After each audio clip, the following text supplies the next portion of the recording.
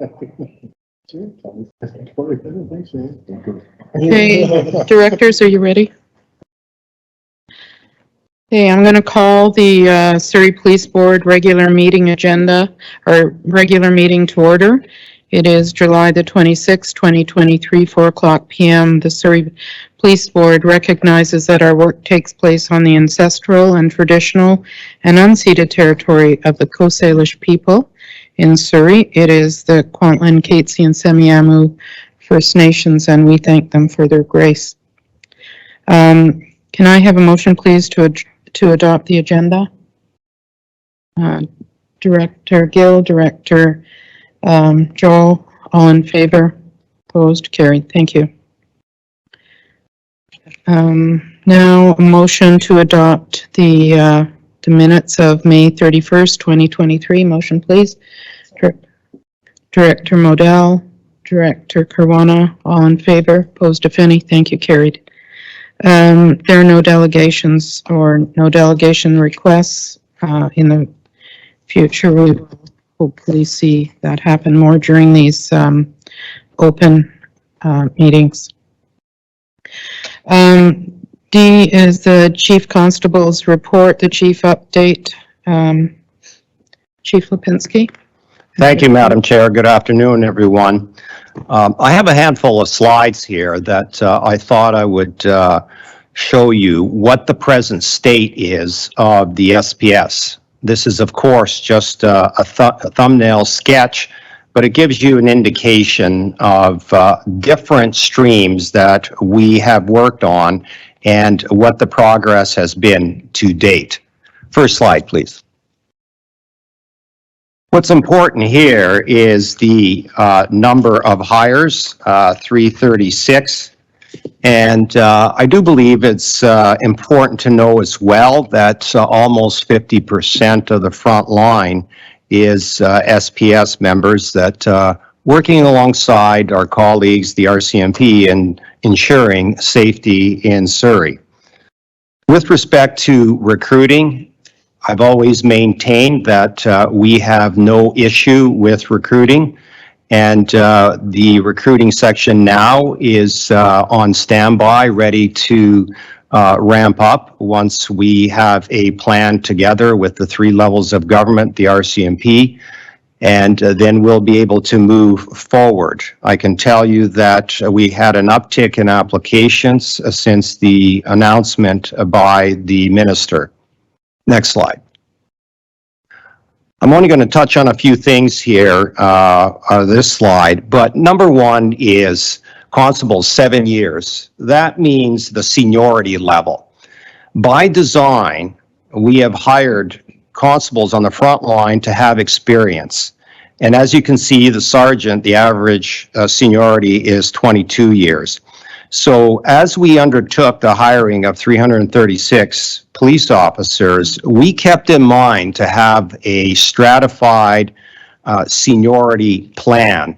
Obviously, we can't hire a lot of people with a lot of seniority because then you're not sure how long they're going to stay with SPS. But then we do have some of those, and then cascading down right to recruits, which obviously have no seniority.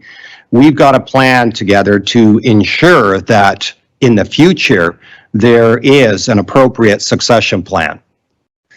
On the right-hand side, you see the investigative skills. This is an area that has yet to be stood up, but we are very cognizant of the requirements of the provincial government, the policing standards, and to have the requisite skills of the police officers that we will hire that will be investigators, such as in major crimes.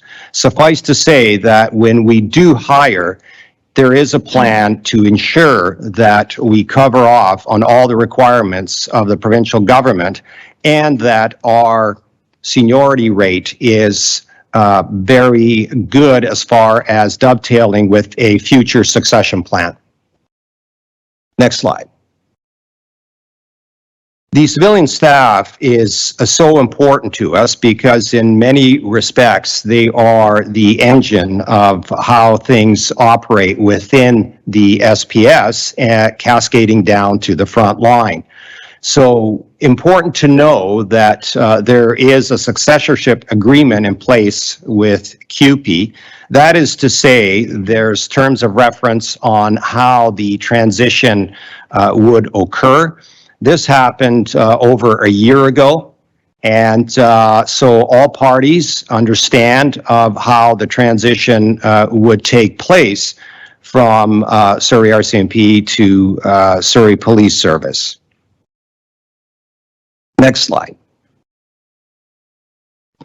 EDI is extremely important to us.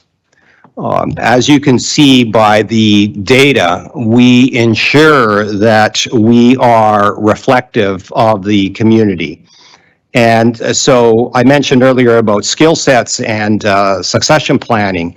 This is another area, of course, that we look at and really try and ensure that we have the standard for acceptance to the SPS, but also that we take into account the EDI element.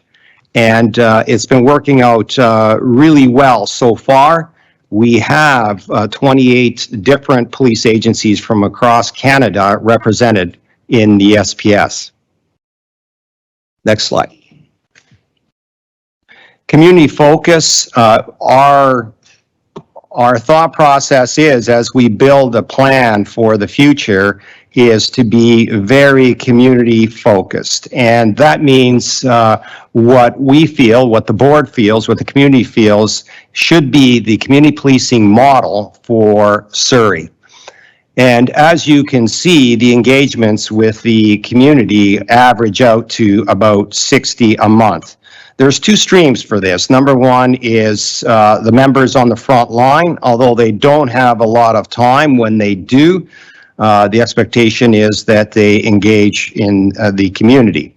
And the other stream is we do have a handful of people that are non-deployed for various reasons, and we have them deployed going out into the community and giving presentations or just being present at sporting events, etc.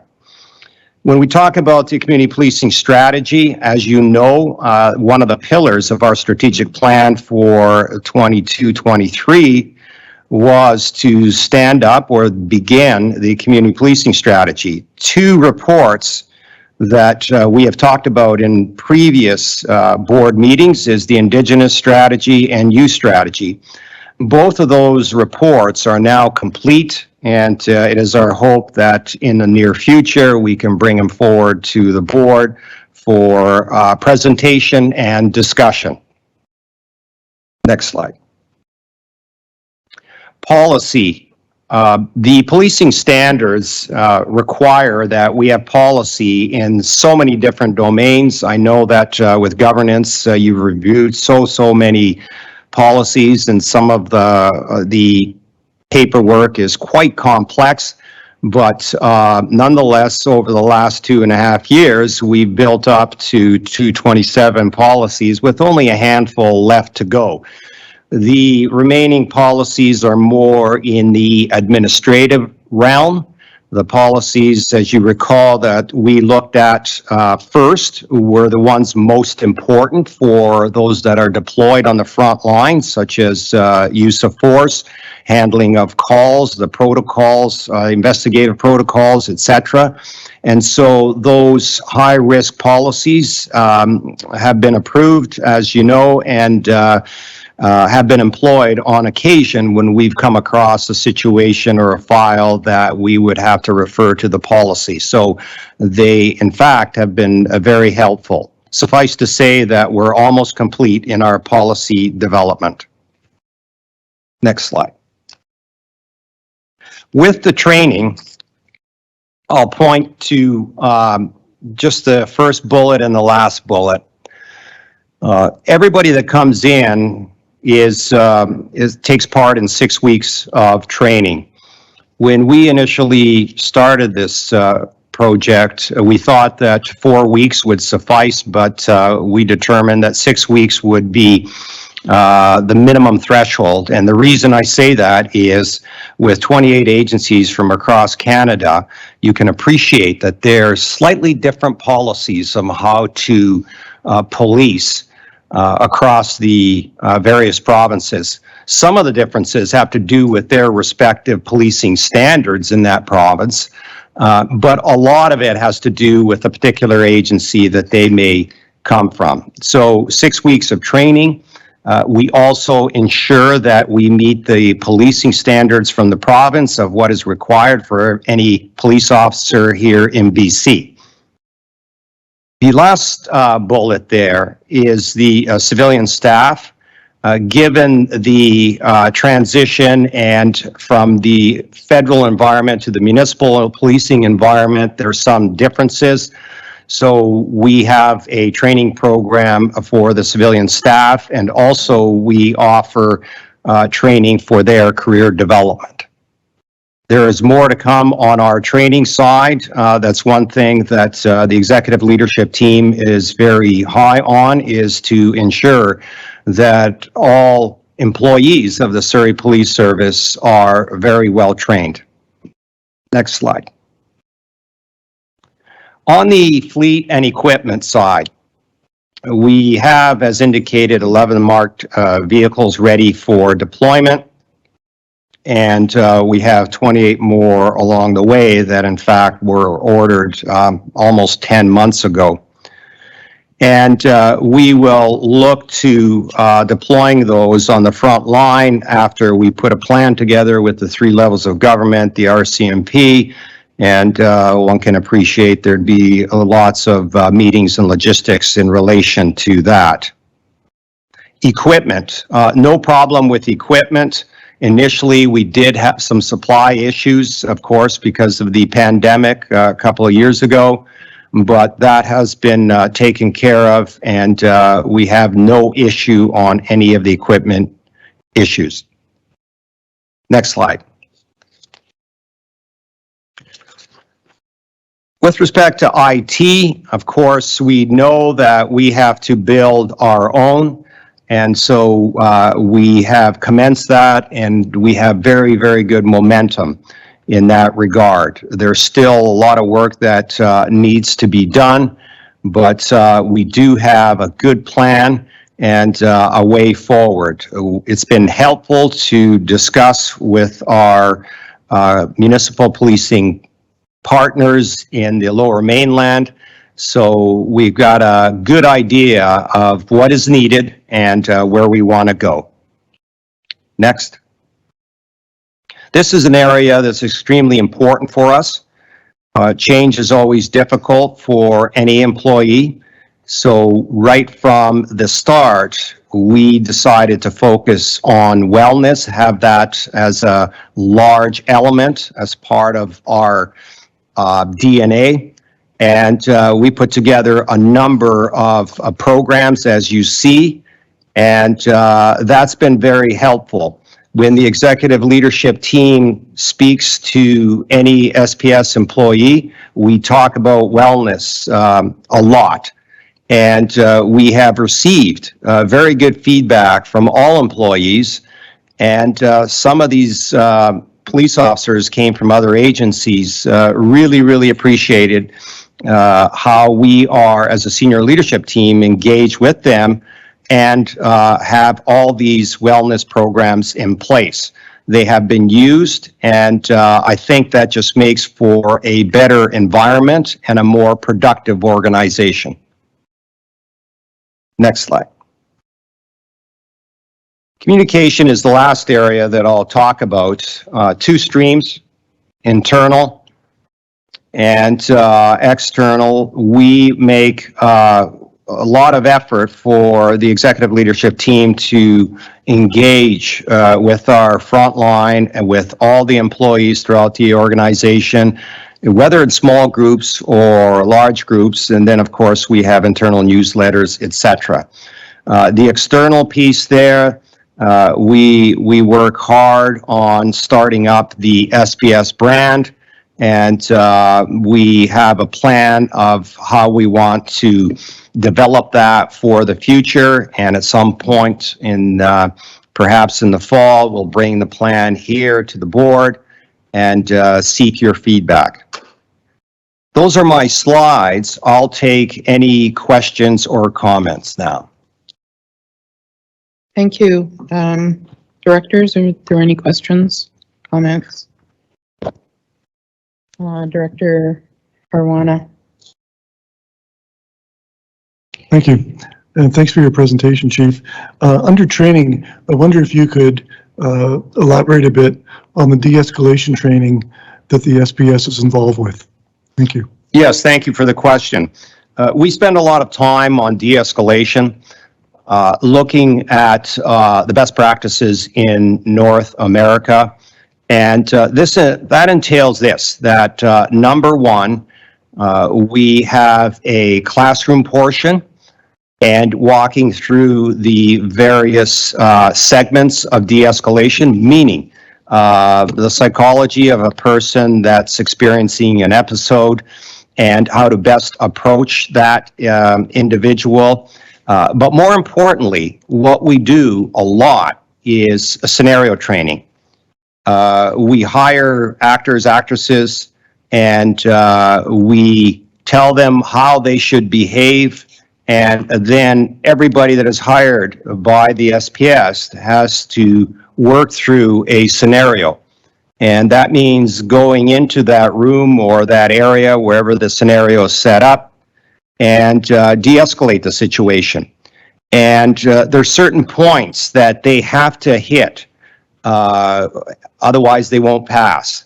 And that means things such as starting off with building rapport, asking what the issue is, engaging in dialogue, looking towards a solution, calming the person down, and really without approaching, if there's no danger to that person or anybody else, taking the time to de-escalate the situation and not make it action imperative, walking in and forcing something. We found that it's been extremely effective. And what we are doing is every year, as a refresher, that every person in the SPS would have to go through yet another scenario. De-escalation, as you can appreciate, is a perishable skill, and one must practice that. And it's interesting that our people report back that you would think that it would just be used for a certain type of call, but they have found that they can use this in many different types of scenarios and calls that they go to, including persuading people to leave at 1 in the morning out of the drinking establishment instead of using force or making an arrest. It's all about persuasion, and persuasion starts with building rapport. So we have had good success with our model of de-escalation. Thank you. Director Modell. Thank you, Chief, for your update and report. It's always good to hear how things are moving along. And first of all, a comment and then a quick question for you. I'm very impressed that your recruiting team have managed to recruit people from 28 different agencies across Canada. That's kudos to you and your team for doing that. My question is, you mentioned there was an update in applications since the announcement. Do you have any idea what numbers those are? Thank you. Well, I can tell you that I think it was within 4 days of the announcement. I think we had in the low 30s as far as applications. It's gone up since then, obviously, and we had hundreds of hits on our website. Thank you. Thank you for that. The next is the Finance Committee report. Director Joel. Madam Chair, Yes. there's 2 directors on the call. We can ask questions as well. Yes. I don't have any way of knowing. Is there Is there any indication on my board if there's no way of doing that? Okay, go ahead. I don't know who that's on talking right now. Oh, Director Broussard, go ahead. Right, thanks, Madam Chair. Thank you, Chief, for your excellent presentation and an update. I did have a question around, I believe it was your second slide. If you can clarify around the experienced officers that you've hired for specifically investigation sections, are some of them already working with the RCMP and some of those departments such as major crime, or are they all working the front lines or in the engine right now? Thank you. Thank you for the question. We do have some that are deployed internally into the investigative areas of Surrey Detachment, and we also have a number that could be deployed that are working in HR in training section and policy development at the present time because of the pause on the HR plan. As you may recall, the HR plan talked about the frontline uniform constables, and then there was the beginnings of deployment to the investigative areas. Does that answer your comment, Director Broussard? Yes, thank you very much. Director Sunner, did you want to comment? I'm looking in the sky. I don't know why, but No, I didn't have any comments on this. Thank you, Madam thank Chair. you. Can I get a motion to receive, please? Director Gill, Director Caruana, all in favor, opposed, if any, carried. Thank you. Next is the Finance Committee report. Director Joel. Thank you, Madam Chair. If we can turn to slide 1, I'd like to give a financial update for year-to-date expenditures to June 30th, 2023. Still on slide 1, the Finance Committee is presenting an update on year-to-date expenditures as of June 30th for both SPS operations and one-time policing transition project. I see we're on slide 2, SPS operations. As of June 30th, year-to-date expenditures were $34.6 million. Expenditures include $45,000 for board remunerations, $30.6 million for salaries and benefits, $2.2 million in capital expenditures, and $1.7 million for other expenses, such as supplies and materials, JIBC training costs for new recruits, telecommunications, and outsourced services.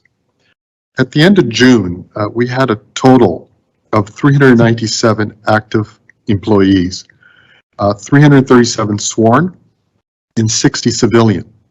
361 employees were costed to SPS operations. 36 employees were assigned to temporary roles as part of the police transition project and establishing the SPS. Therefore, their salaries and benefits were allocated to the transition project fund. But if I could ask for the next slide. Okay, one-time policing transition project. As of June 30th, $4.2 million was spent out of the $24.4 million available.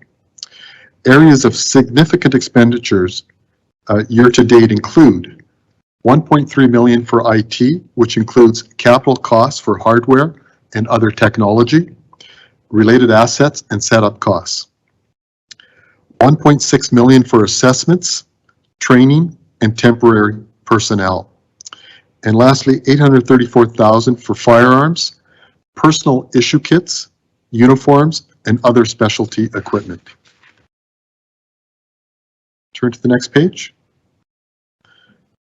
Expenditures to date supporting SPS operations and one-time policing transition project have been trending low due to reduced activities as we awaited for the provincial direction on police transition. The Finance Committee recommends receiving this report for information. Thank you. Thank you, Director Joel. Is there any comments, questions? Director Broussard or Center? No? Okay, motion to receive, please. Director Caruana, second, please. Director Modell, all in favor? Opposed, if any? Carried. Thank you.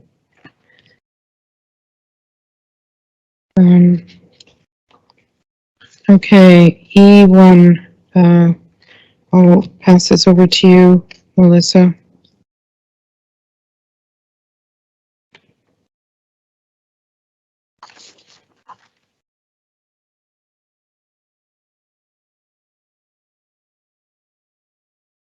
I'm just waiting for my microphone. Thank you. So this is for the board's information. Director Cloak was nominated from the provincial level to represent British Columbia with the Canadian Association of Police Governance. The CAPG represents oversight of more than 75% of municipal police officers in the country. So it's an important organization for us to be involved with. So recently, Director Cloak was elected to the executive for 2023-2024. This is for your information, and congratulations to Director Cloak. We need a motion. To receive. Motion to receive, please. Director Gill, Director Caruana, second. All in favor? Opposed, if any? Carried. Thank you. Okay. Next is, I think, new business now? Yes. New business, establishing the public confidence in the SPS and the Surrey Police Board. And this is something that I asked to put on the agenda, so I'm just going to read it out to you. I've asked that this be put on the agenda. I think it's important at this time, especially. I have picked out a couple of pertinent statements from the Board Governance Manual that I believe need to be restated and listened to. First of all is the vision. The Surrey Police Service is a progressive, community-based police service that values diversity, partnership, and accountability as it works to enhance public safety and community well-being. I also wanted to recognize under values a couple of issues. One is honor. We serve our community with pride, and we can be depended on to uphold the public trust in everything we do. Under respect, we recognize each person's inherent dignity and worth and work to building strong, healthy, collaborative relationships within our community and team. And I would ask that directors be cognizant of those words. These past months have been very difficult time as we move through this process, the one that we are in today. To date, this board has made it a deliberate position that they build a wall and even offend the City of Surrey through their work. That posturing must stop today. It is my goal that given these challenging circumstances, we will build the best and most accountable police department we can. That means an immediate pivot on our relationship with the city to one that is more respectful and collaborative.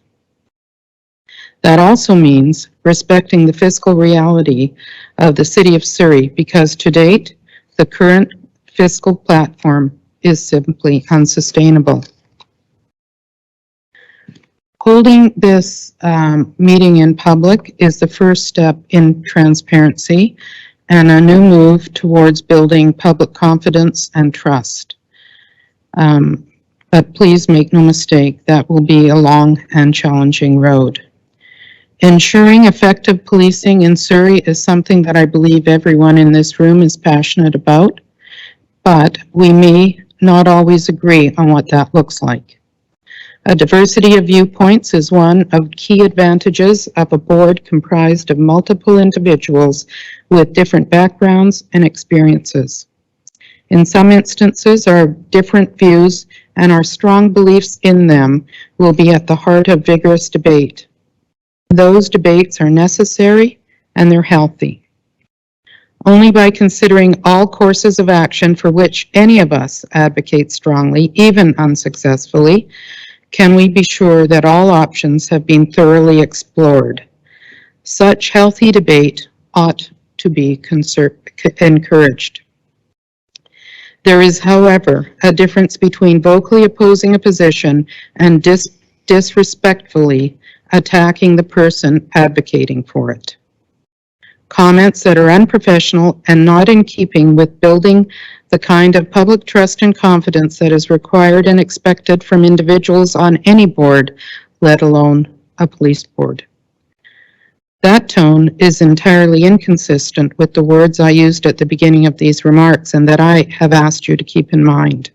We recognize each person's inherent dignity and worth and work to building strong, healthy, collaborative relationships within our community and team. You should not be surprised to learn that those words are contained within the values statements of Surrey Police Service. Values which have been expressly referenced in the early pages of the governance manual adopted by every member of this board. If you wish to debate me on policing issues, I will not only tolerate it, but I welcome it. Name the time and the place, and I will advocate my position as forcefully as you might challenge it. But I will not, however, disrespect you, nor will I ever allow you to disrespect me or any member of City Council, all of whom are upstanding members of our community, motivated entirely by the best interest of the residents of Surrey that saw fit to elect them. No one elected official or otherwise ought to be tolerating such behavior from the members of this board. With that, I ask that today is a day our obligation to this office we hold. We have much work to do as ambassadors to build the public trust and confidence, and I am committed to doing that, and I trust that everyone else here is as well. With that, I will go to the next meeting. Yes. Oh, sorry. Director Cloak. Thanks, Chair Locke, for your comments. As Vice Chair, I just wanted to also close with a couple of comments. First, public trust and confidence in the board and SPS is of utmost and now importance. And now that we have certainty about the future, we can move forward with Chief Lipinski and his team. We're extremely proud of you, Chief, and everyone on the board and SPS for maintaining their professionalism through all of this uncertainty. We know that SPS has a number of plans in place to build relationships in the community, and we absolutely look forward to that. As an independent board appointed by the provincial government, we will continue to do our work of governing SPS professionally and impartially. The minister's decision was unequivocal. We will follow his direction. We know that Chief Lipinski and his team can deliver on building a world-class, leading-edge police service. We are looking forward for a template for change in Canada. Thank you.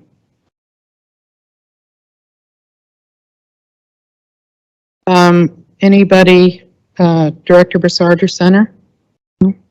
Okay. No, thank you, Madam Chair. I think Director Cloak covered it for all of us.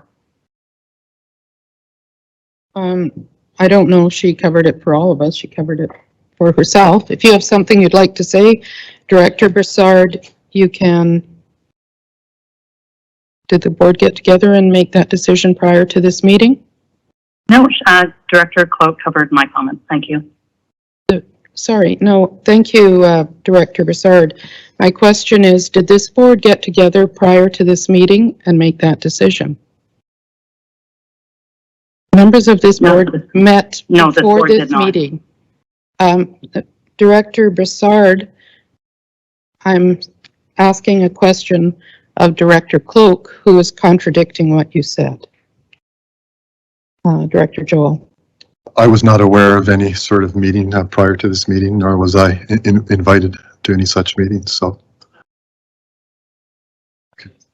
Oh, there's a communications committee, I see, okay. You had referred to the board, so, thank you. They don't speak on behalf of the board, Director Cloak, I'm sorry. I hope you understand you made that decision that comment on behalf of yourself, and apparently Director Brassard supported it. So with that, we will leave it at that. Can I have a motion to adjourn? Director Joel, Director Caruana, all in favor? Opposed? Carried.